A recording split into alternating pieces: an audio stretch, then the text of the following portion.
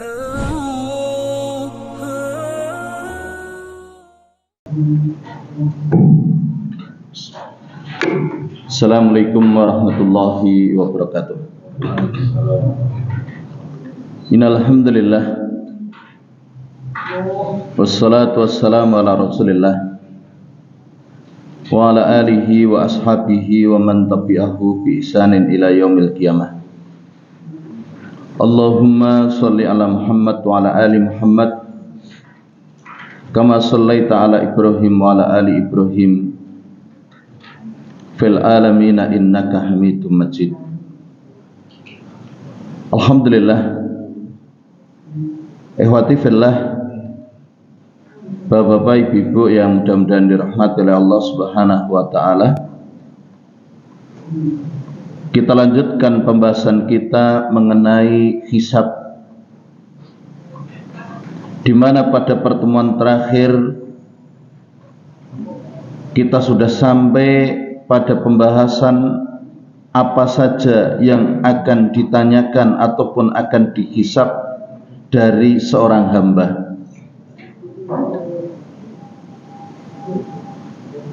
Secara umum, yang akan dihisab dari seorang hamba ada dua perkara,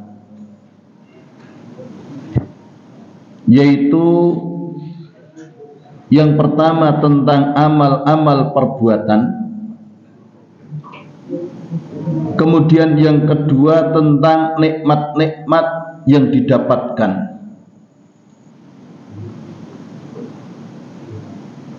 Dan tentang amal perbuatan telah kita sampaikan bagaimana amal perbuatan akan ditanyakan oleh Allah Subhanahu wa taala.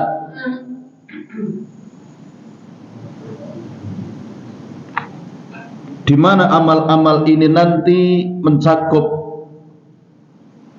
pertama tentang kesyirikan, kemudian yang kedua tentang janji, dan yang ketiga tentang penglihatan, pendengaran, dan juga amalan hati.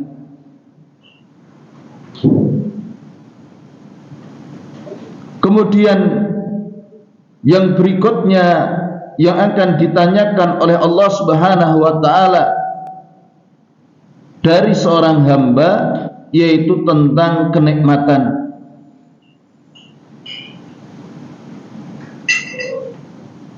Sehingga Allah Subhanahu wa taala berfirman, "Summa latus'alunna yauma idzin 'anin na'im." Kemudian kamu benar-benar akan ditanya pada hari itu tentang kenikmatan. Jadi bagaimana semua kenikmatan yang Allah berikan itu akan ditanyakan. Dan tentang kenikmatan tersebut,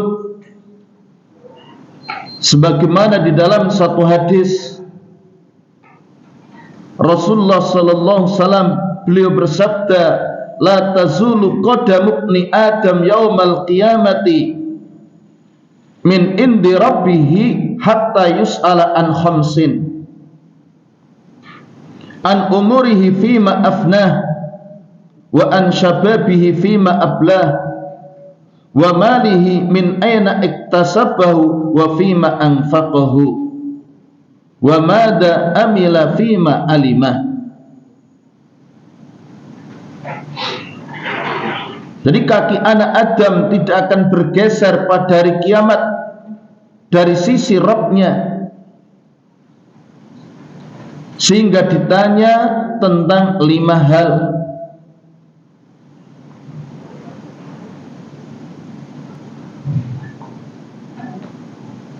Asalnya itu ada 4 perkara saja, namun disebut 5 karena dalam hadis ini dibedakan antara asal memperoleh harta dan tujuan dibelanjakannya. Adapun di dalam riwayat yang lain nanti keduanya ini digabungkan jadi satu. Jadi tentang umurnya, untuk apa dia habiskan, tentang masa mudanya, untuk apa dia pergunakan, tentang hartanya, dari mana dia peroleh dan kemana dia infakkan, dan tentang apa yang telah dia lakukan dengan ilmunya. Jadi nanti dalam satu riwayat disebut 5, dalam riwayat yang lain 4 tadi. Adapun 5 karena tadi dipisahkannya antara harta dari mana dia peroleh dan kemana dia infakkan, sehingga ketika ini dipisahkan menjadi 5. Jadi hadis ini diriwayatkan oleh Imam At-Tirmidzi dan dinyatakan hasan oleh Imam Al-Albani. Adapun dalam riwayat yang lain disebut 4 karena 2 hal tadi disatukan gitu ya. Jadi ada 4 nikmat yang akan ditanyakan oleh Allah Subhanahu wa ta'ala. Yang pertama yaitu nikmat waktu. Dan Nabi Sallallahu Alaihi Wasallam beliau menyebutkan di dalam hadis di atas bahwa di antara yang akan ditanyakan itu adalah umur. Dan ini menunjukkan nikmat waktu yang akan ditanyakan oleh Allah Subhanahu wa ta'ala. Berdasar sabda Nabi sallallahu alaihi wasallam, nikmatani maghbunun fihi ma katsirun minan nas, as-sihhatu wal faraghu. 2 kenikmatan yang sering dilupakan oleh kebanyakan manusia, yaitu kesehatan dan waktu luang. Ini hadis riwayat Bukhari. Kemudian yang kedua, nikmat masa muda. Jadi secara umum, bagaimana umur itu nanti akan ditanyakan oleh Allah Subhanahu wa ta'ala. Akan tetapi masa muda itu akan ditanyakan lebih khusus lagi oleh Allah Subhanahu wa ta'ala. Kemudian yang ketiga, nikmat ilmu. Jadi bagaimana seseorang akan ditanya oleh Allah Subhanahu wa ta'ala tentang ilmu yang dia miliki, yaitu apakah dia telah mengamalkan dari ilmu yang dia miliki tersebut, atau dia meninggalkannya. Sehingga perlu kita ketahui bahwasanya ilmu itu memiliki tanggung jawab. Ilmu bukan hanya sekedar wacana, bukan cuma sekedar wawasan. Sehingga seseorang ketika dia menuntut ilmu,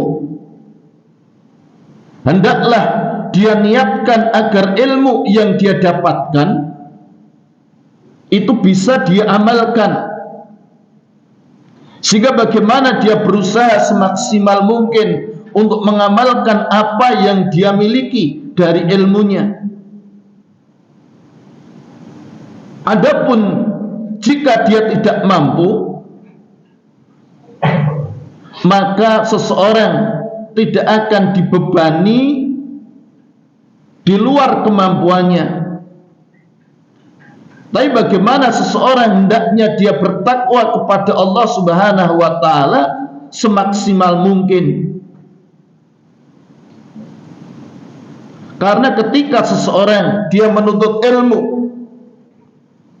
kemudian dia tidak mengamalkan ilmu tersebut, maka itu menjadi musibah bagi dia. Ilmu seperti ini adalah ilmu yang tidak bermanfaat, dan kita berlindung kepada Allah Subhanahu wa taala dari ilmu yang tidak bermanfaat. Kemudian yang keempat yang akan ditanyakan oleh Allah Subhanahu wa taala yaitu berkenaan dengan nikmat harta. Jadi seseorang akan ditanya oleh Allah Subhanahu wa taala dari mana harta yang dia peroleh dan kemana dia belanjakan, kemana dia habiskan harta tersebut. Dan sumber harta yang dimiliki oleh seseorang itu ada dua, sumber yang halal ataupun sumber yang haram.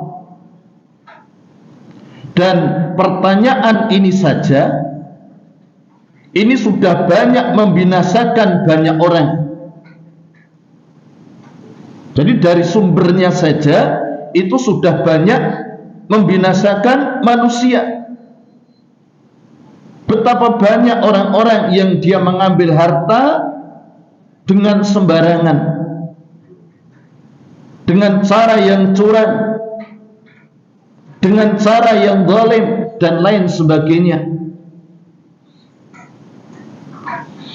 Kalaupun seseorang dia mendapatkan harta dengan cara yang halal, maka dia kembali akan ditanya tentang kemana dia menghabiskan harta tersebut. Apakah dia habiskan harta tersebut di jalan yang haram ataukah di jalan yang halal? Ini yang akan ditanyakan oleh Allah Subhanahu wa ta'ala. Jika harta tersebut dihabiskan untuk perkara yang haram, tentu ini merupakan musibah, merupakan malapetaka baginya. Maka yang terparah pada seseorang itu ketika orang mendapatkan harta dari sumber yang haram, kemudian dia habiskan harta tersebut pada perkara yang haram pula. Sehingga bagaimana seseorang dia berusaha untuk lolos dari dua pertanyaan ini, yaitu dengan cara bagaimana dia memperoleh harta. Hendaknya dia mencari harta dari sumber-sumber yang halal. Kemudian bagaimana dia membelanjakan harta tersebut juga di jalan-jalan yang halal. Bukan membuang-buang harta tidak pada tempatnya, tidak menyia-nyiakan harta, tidak pula dia simpan harta tersebut sehingga tidak membawa manfaat atau tidak membawa guna bagi dia. Karena ketika dia melakukan hal itu, maka itu akan menambah beban baginya pada hari kiamat kelak.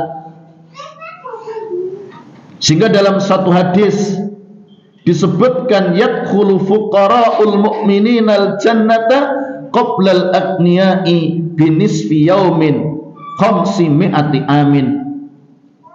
Orang-orang fakir dari kaum mukminin itu akan masuk ke dalam surga sebelum orang-orang kaya dengan jarak setengah hari yang setara dengan 500 tahun.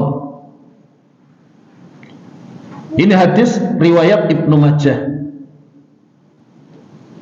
Sehingga bagaimana mereka orang-orang yang memiliki harta yang banyak, tentu hisabnya lebih lama, hisabnya lebih banyak juga.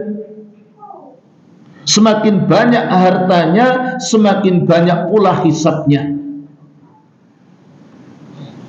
Akan tetapi jika seseorang memiliki harta yang banyak, namun ternyata harta itu dia gunakan untuk kebaikan, dia gunakan di jalan-jalan yang diridai oleh Allah Subhanahu wa taala, maka dia pun akan semakin mulia meskipun hisabnya banyak. Sehingga ketika Rasulullah menyebutkan tentang manusia berkenaan dengan masalah harta, ya, bagaimana ada orang-orang yang Allah berikan kepadanya harta dan ilmu, kemudian harta dan ilmunya itu dia gunakan di jalan-jalan kebaikan. Tidak ada suatu kebaikan kecuali dia lakukan karena dia memiliki fasilitas. Dan ini adalah orang-orang yang paling mulia. Kemudian ada orang-orang yang mereka hanya diberi oleh Allah ilmu tetapi tidak diberikan harta. Tetapi dia punya niatan, seandainya aku memiliki harta, maka aku akan berbuat seperti mereka orang-orang yang punya harta. Maka orang yang seperti ini pahalanya sama tadi. Di antara keduanya ini pahalanya sama. Kemudian yang ketiga yaitu orang-orang yang mereka diberikan harta tetapi tidak diberikan ilmu, sehingga hartanya itu dihabiskan untuk berbuat dosa, untuk berbuat maksiat. Tidak ada suatu dosa maksiat kecuali dia lakukan karena fasilitasnya ada, dan ini adalah orang yang paling buruk. Sementara yang keempat yaitu mereka orang yang tidak diberikan harta dan juga tidak diberikan ilmu, tetapi dalam hatinya, kalau seandainya aku memiliki harta, maka aku pun akan berbuat dosa, berbuat maksiat seperti orang yang ketiga. Maka dua orang ini dosanya sama. Sehingga bagaimana sebaik-baik harta itu nanti ketika dipegang, dimiliki oleh mereka orang-orang yang soleh. Bapak-bapak, ibu-ibu yang mudah-mudahan dirahmati oleh Allah Subhanahu wa taala, intinya semua yang Allah berikan dari kenikmatan-kenikmatan itu nanti akan ditanyakan oleh Allah Subhanahu wa taala tentang peruntukannya. Apakah kenikmatan-kenikmatan tersebut semakin menambah dekat kita kepada Allah ataukah semakin jauh? Jadi ketika Ibnu Hazm beliau katakan kullu nikmatin la tuqarribu ilallah fahuwa baliyatun. Setiap kenikmatan yang tidak menambah dekat kita kepada Allah, maka itu musibah. Jadi bagaimana kenikmatan-kenikmatan itu akan dimintai pertanggungjawaban oleh Allah Subhanahu wa taala. Ini berkenaan dengan masalah apa-apa yang akan dihisab oleh Allah Subhanahu wa taala dari seorang hamba. Kemudian kita masuk kepada model-model hisab. Secara umum model hisab itu ada dua. Yang pertama yaitu al-ardu. Jadi al-ardu itu pemaparan.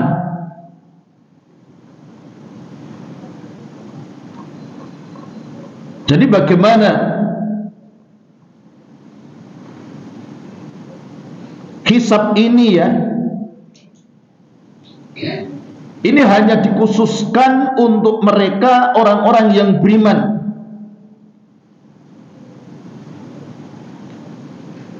Jadi al-ardu ini yang disebut dengan hisab yasira, hisab yang mudah. Sebagaimana firman Allah Subhanahu wa taala, fa amma man utiya kitabahu biyaminihi fasawfa yuhasabu hisaban yasira. Di dalam surat Al-Insyiqaq ayat 7 sampai 8. Adapun orang yang catatannya diberikan dari sebelah kanannya, maka dia akan dihisab dengan hisab yang mudah. Dan inilah yang disebut dengan al-ard, pemaparan dia. Dan pemaparan ini sebagaimana yang dimaksud di dalam sabda Nabi sallallahu alaihi wasallam, innallaha yutnil mu'mina fayadau alaihi kanafahu wa yasturuhu fayaqul ata'rifu damba kadza ata'rifu damba kadza fayaqul na'am ay rabbi hatta idza qararahu bidunubihi wa ra'a fi nafsihi annahu halak qala satartuha alayka fid dunya wa ana akfiruha lakal yauma fayuqta kitabah hasanatihi. Sesungguhnya Allah pada hari kiamat akan mendekatkan orang beriman, lalu bagian sisi badannya diletakkan kemudian ditutup.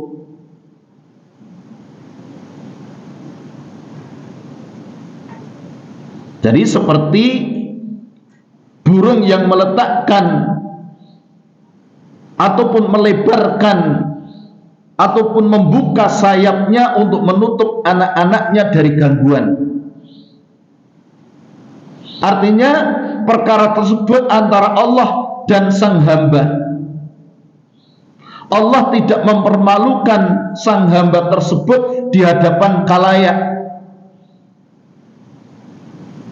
Kemudian Allah berfirman, apakah kamu mengenal dosamu yang begini? Apakah kamu mengenal dosamu yang begini? Maka orang beriman itu pun berkata, ya wahai Tuhanku. Hingga ketika sudah diakui dosa-dosanya dan dia melihat bahwa dirinya akan binasa, lantas Allah berfirman kepadanya, aku telah merahasiakannya bagimu di dunia dosa-dosa itu, dan aku mengampuninya buatmu pada hari ini. Maka orang beriman itu diberikan catatan kebaikannya. Ini hadis riwayat Bukhari. Dan inilah yang dimaksud dengan al-ard, pemaparan, yaitu Allah paparkan catatan amal orang tersebut, namun tidak secara keseluruhan. Dan ini khusus bagi mereka orang-orang yang beriman. Dan yang paling beruntung pada hisab saat itu adalah model hisab al-ard ini. Dan mereka yang paling utama, paling mulia, yaitu mereka orang-orang yang mereka masuk surga tanpa hisab. Karena orang beriman ketika mereka masuk surga itu dengan berbagai macam model. Ada yang mereka masuk surga bi ghairi hisabin wala adzabin. Ada mereka yang masuk surga dengan hisab yang mudah tadi, hisab yasira. Dan ada yang mereka masuk surga dengan hisab yang detail. Dan itu bagi mereka orang-orang yang beriman. Walaupun orang-orang yang mereka masuk surga tanpa hisab, tanpa adab, itu tidak banyak. Karena ini satu keistimewaan yang luar biasa yang Allah berikan kepada mereka orang-orang beriman. Ketika dibandingkan dengan jumlah dari umat ini, sehingga Nabi Shallallahu Alaihi Wasallam beliau bersabda, haula'i ummatuka wa haula'i sab'una alfan qaddamahum la hisaba alaihim wala adab. Jadi kata Jibril, itulah umatmu, dan itu ada 70.000 orang yang masuk surga dengan tanpa hisab dan tanpa adab. Ini hadis riwayat Bukhari. Walaupun dalam riwayat yang lain ada tambahannya. Masing-masing 1.000 itu ditambah 70.000 lagi dan seterusnya. Namun ketika dibandingkan dengan jumlah dari umat ini, dari kaum muslimin, dari awal sampai akhir nanti, sejak pertama sampai hari kiamat, tentunya itu bilangan yang sedikit. Karena berapa banyak jumlah dari umat ini. Walaupun dalam riwayat yang lain tadi, bagaimana Nabi minta tambahan kepada Allah Subhanahu wa ta'ala dengan berkata, sa'altu Rabbi azza wa jalla fa wa'adani ayyudkhila min ummati sab'ina alfan ala suratil qamari lailatil badri fastazattu fazadani ma'akuli alfin sab'ina alfan. Aku memohon kepada Rabbku, lalu Allah memberiku janji untuk memasukkan dari umatku sebanyak 70.000 yang mereka semisal bulan di malam purnama. Lalu aku meminta tambahan, kata Rasulullah, dan dia Allah memberi tambahan bahwa setiap 1.000 orang itu akan membawa 70.000 orang yang lain. Ini hadis riwayat Ahmad. Jadi bagaimana dari umat ini ada mereka orang-orang yang mereka akan masuk surga tanpa hisab, tanpa adab, yang nanti dalam satu riwayat disebutkan mereka adalah golongan orang-orang yang tauhidnya sempurna,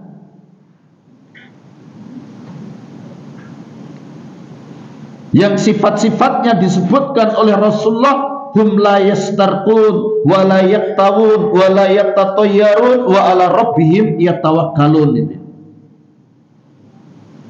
Jadi mereka adalah orang-orang yang tidak minta ruqyah, tidak minta dikai ya. Kai itu satu jenis pengobatan dengan ditempel besi panas. Wala yatatayyarun, mereka juga tidak tatayyur,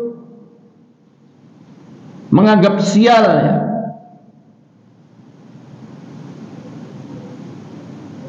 Dengan burung ya.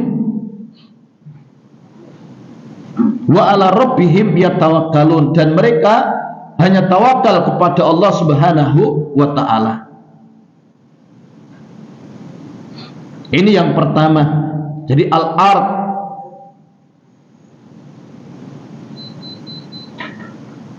Kemudian yang kedua, model hisab yang kedua yaitu al-munaqashah, yang artinya sidang, yaitu jenis hisab yang detail. Artinya tidak ada yang tersisa, semua akan ditanyakan. Itu yang disebut dengan munaqashah.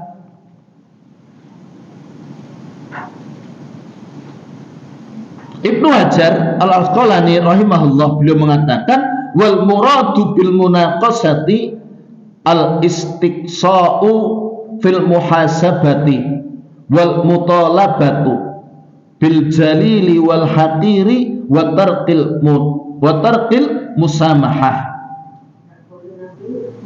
Jadi yang dimaksud dengan munaqasah, kata beliau, itu adalah satu hisab yang detail, yang rinci di dalam mengaudit, dalam menghitung,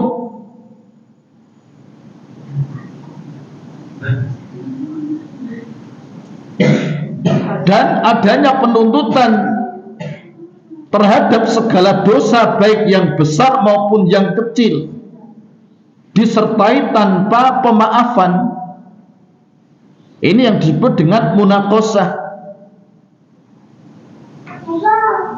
Dan hisab macam ini diberlakukan bagi mereka orang-orang kafir dan juga mereka para pelaku maksiat dari kaum muslimin. Yang Rasulullah bersabda, man nuqisal hisab udziba. Barang siapa yang didetailkan hisabnya, maka dia akan diazab. Ini hadis riwayat Bukhari.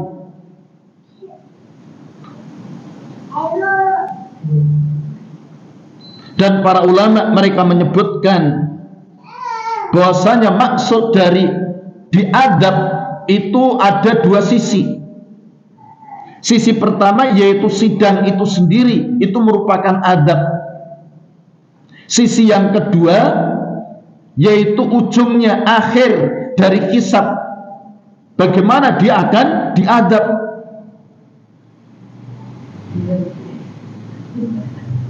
Sehingga ketika Nabi SAW membacakan hadis ini, Aisyah radhiyallahu anha bertanya kepada beliau, qultu alaysa yaqulullahu ta'ala fasawfa yuhasabu hisaba yasira, qala dalikil arsh. Jadi Aisyah, dia katakan, saya bertanya, bukankah Allah Ta'ala berfirman, maka dia dihisab dengan hisab yang mudah?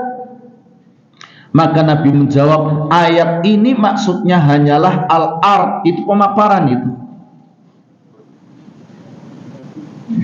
Adapun mereka orang-orang yang mengalami model hisab dengan munaqasah, maka bagaimana dia akan ditanya secara detail itu.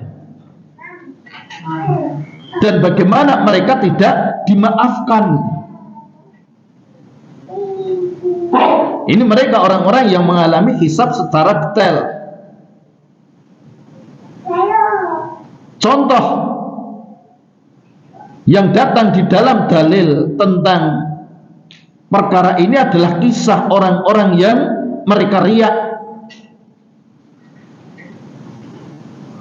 Jadi orang-orang yang mereka diadab terlebih dahulu ya. Mereka adalah para mujahid yang dia berperang ya. Biar dikatakan dirinya sebagai pahlawan, sebagai pemberani. Kemudian orang yang berilmu, para ulama ya, yang mereka mencari ilmu, mengajarkan ilmu biar dikatakan sebagai orang yang alim dan juga orang yang dermawan.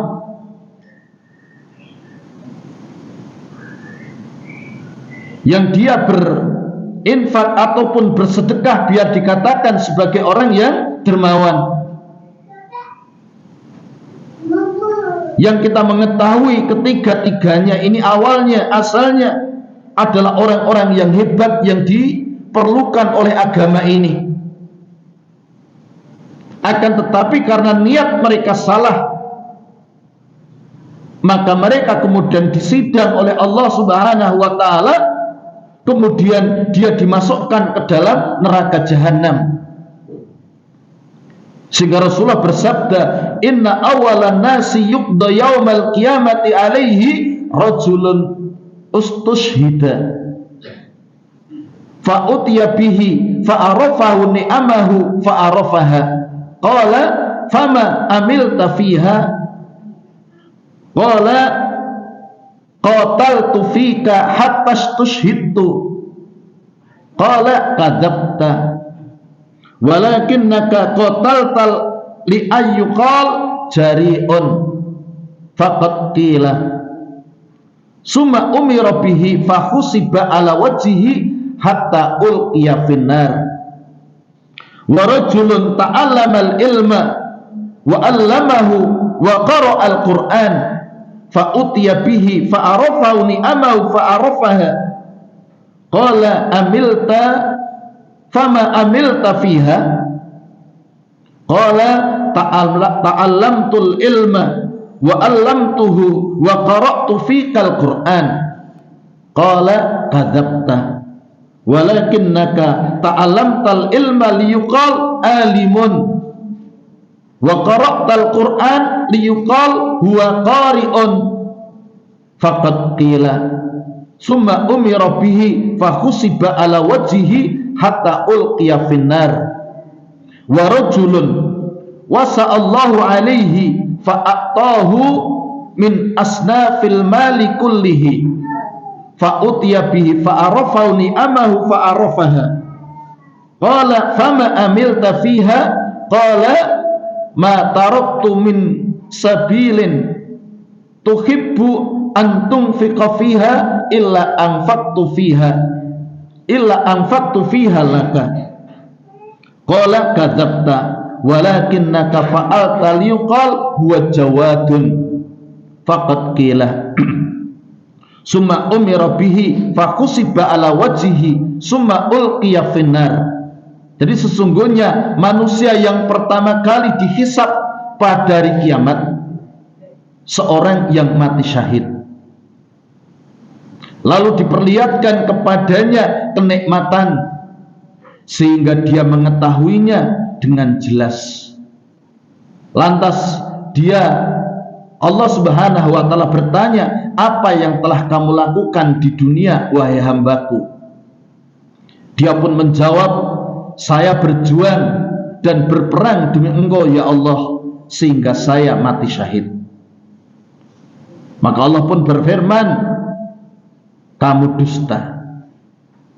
Sebenarnya kamu berperang bukan untuk atau bukan karenaku, melainkan agar kamu disebut sebagai seorang yang pemberani. Dan kini kamu telah menyandang gelar tersebut. Orang-orang telah menyebut kamu sebagai pemberani. Kemudian diperintahkan kepadanya supaya dicampakkan dan dilemparkan ke dalam neraka.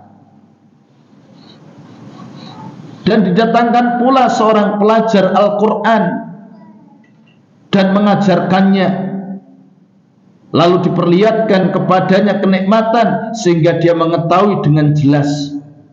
Kemudian Allah bertanya kepadanya, apa yang telah kamu perbuat? Dia pun menjawab, saya telah belajar ilmu dan mengajarkannya. Saya juga membaca Al-Quran demi engkau. Allah pun berfirman, kamu dusta. Akan tetapi kamu belajar ilmu dan mengajarkannya serta membaca Al-Quran agar dikatakan orang sebagai orang yang mahir, orang yang pintar, orang yang berilmu di dalam membaca, sebagai dikatakan sebagai qari, dan kini kamu telah dikatakan seperti itu. Kemudian diperintahkan kepadanya supaya dia dicampakkan dan dilemparkan ke dalam neraka. Dan didatangkan seorang laki-laki yang diberi keluasan rezeki oleh Allah. Kemudian dia menginfakkan hartanya semua, lalu diperlihatkan kepadanya kenikmatan sehingga dia mengetahui dengan jelas. Dan Allah bertanya, apa yang telah kamu perbuat dengannya? Dia menjawab, saya tidak meninggalkan sedikit pun, melainkan saya infakkan harta benda tersebut di jalan yang engkau ridhoi. Allah berfirman, kamu dusta. akan tetapi kamu melakukan hal itu supaya kamu dikatakan sebagai seorang yang dermawan, dan kini kamu telah dikatakan seperti itu. Kemudian diperintahkan kepadanya supaya dia dicampakkan dan dilemparkan ke dalam neraka. Ini hadis riwayat Muslim. Jadi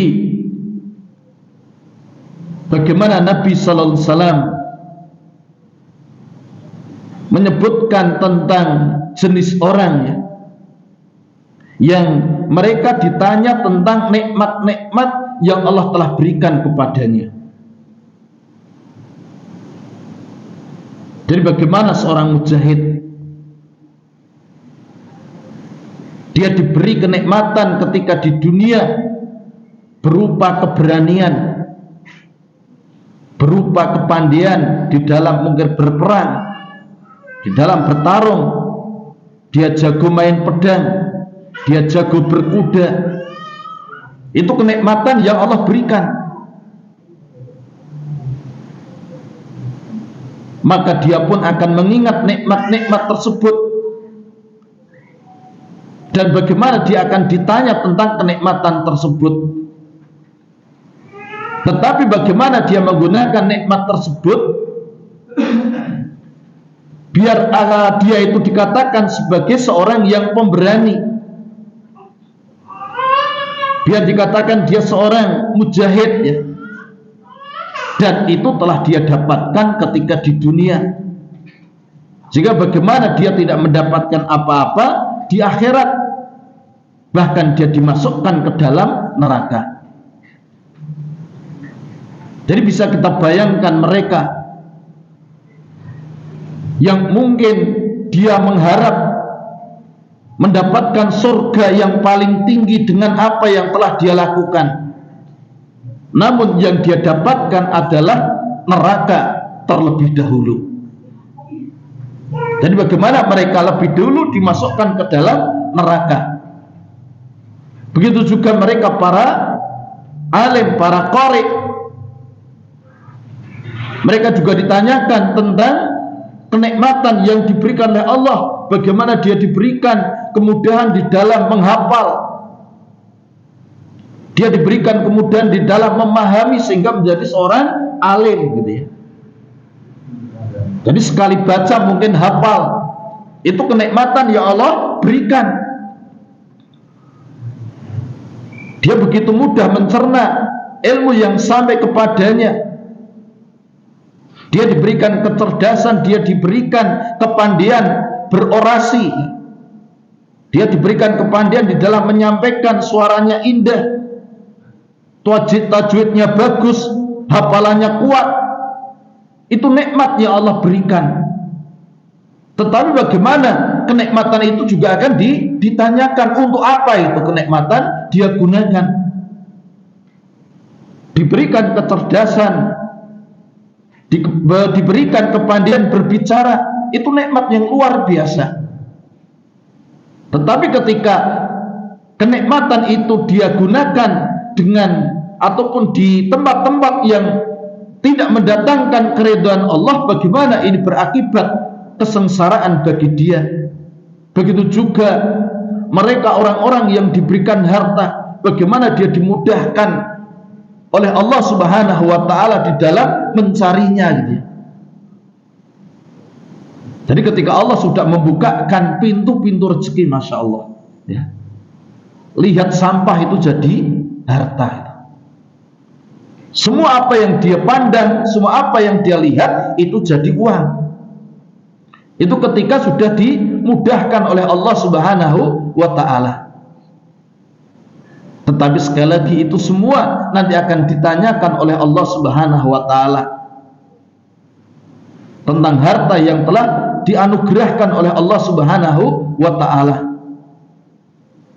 Ketika dia gunakan di jalan yang tidak diridhai oleh Allah Subhanahu wa ta'ala, apalagi sampai mempersekutukannya ini, maka bagaimana Allah azab mereka, Allah ancam mereka dengan siksa yang pedih, sehingga mereka dimasukkan ke dalam neraka Allah Subhanahu wa ta'ala. Jadi bagaimana kenikmatan-kenikmatan tadi ketika seseorang dia dimudahkan untuk melakukan amalan-amalan, melakukan kebaikan-kebaikan, maka kita harus waspada bahwa kenikmatan itu akan ditanyakan oleh Allah Subhanahu wa ta'ala. Jadi ketika kita dimudahkan untuk beribadah kepada Allah Subhanahu wa ta'ala, misalnya kita dimudahkan bangun malam, kemudian kita juga dimudahkan untuk membaca Al-Quran di siang hari misalnya, sehingga dalam satu riwayat tentang mereka orang-orang yang diberikan kenikmatan oleh Allah Subhanahu wa ta'ala, yaitu diberikan ilmu tadi, kemudian dia mengajarkannya, sehingga Nabi sallallahu alaihi wasallam mengatakan tentang orang-orang seperti itu, kuntu aqumu bihi ana al-laili wa ana an-nahari, yang dengannya dulu aku bangun sholat di malam hari dan di siang hari untuk membacanya. Tetapi ternyata itu dia lakukan bukan dengan niat yang benar. Itu kenikmatan seseorang bisa bangun malam. Itu satu nikmat yang luar biasa yang Allah berikan kepada seorang hamba. Tapi bisa saja seorang yang seperti itu akan ditimpa dengan musibah manakala niatnya salah.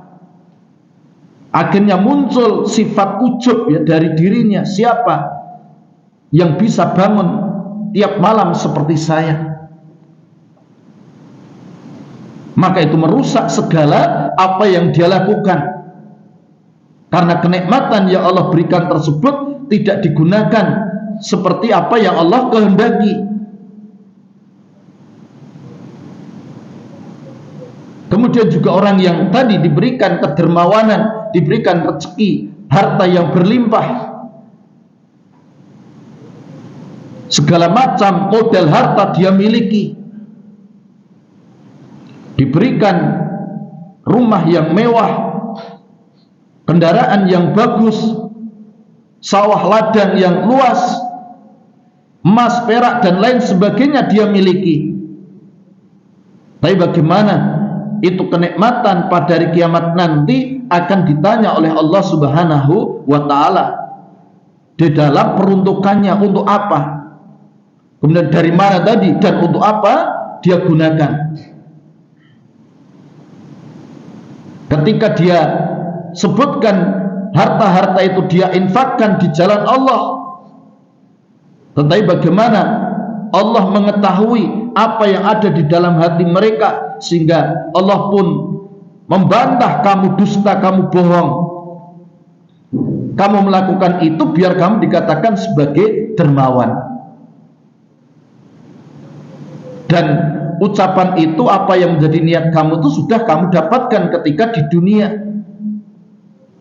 Maka bagaimana kemudian Allah perintahkan malaikat untuk menyeret mereka ke dalam neraka di atas wajah-wajah mereka.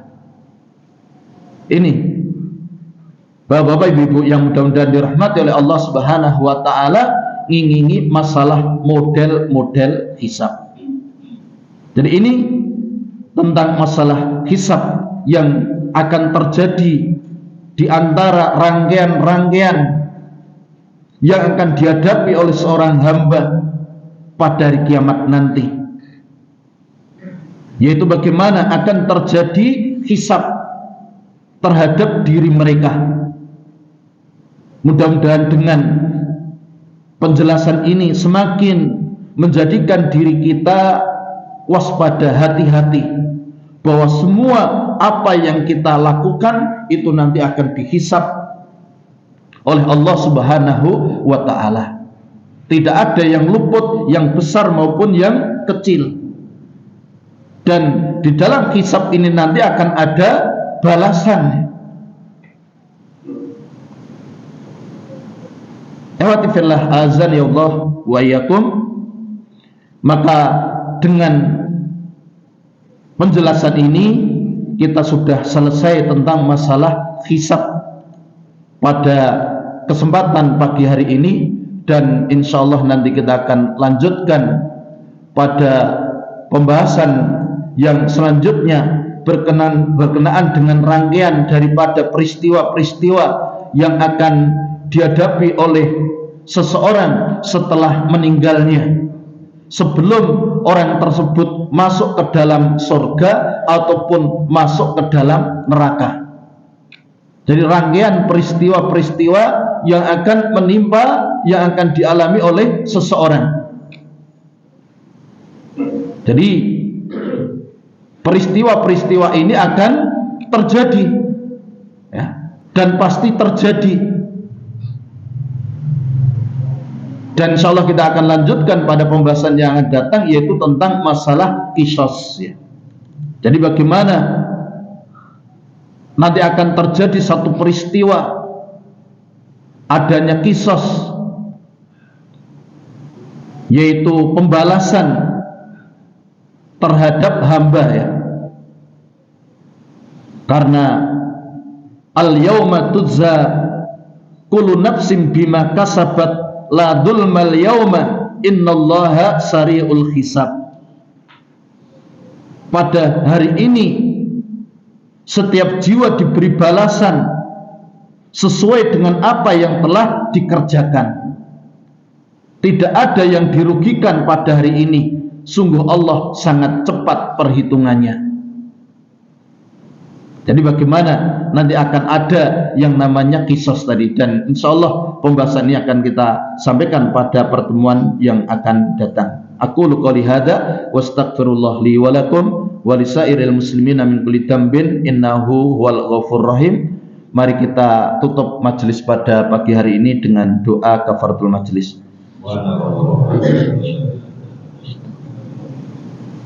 Assalamualaikum warahmatullahi wabarakatuh.